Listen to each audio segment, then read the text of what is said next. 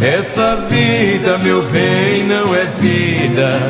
Você ama e não é amada. Seu amor passa a noite com outras e só volta quando é madrugada. Você fica sozinha em seu leito, a chorar esperando seu bem, sem saber que no quarto vizinho eu padeço por você também.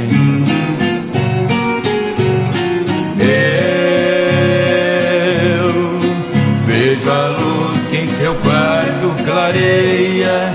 Nós moramos de parede e meia. Sei o quanto que você padece. Sinto o desejo de beijar seu rosto e abraçar o seu lindo corpo, que espera por quem não merece.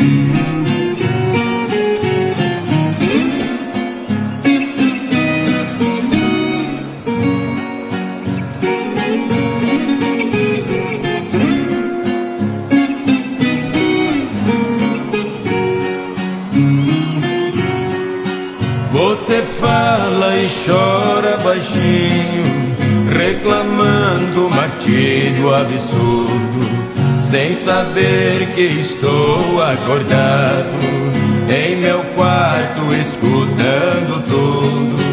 E quando ele bate na porta, você corre abrir no ensejo.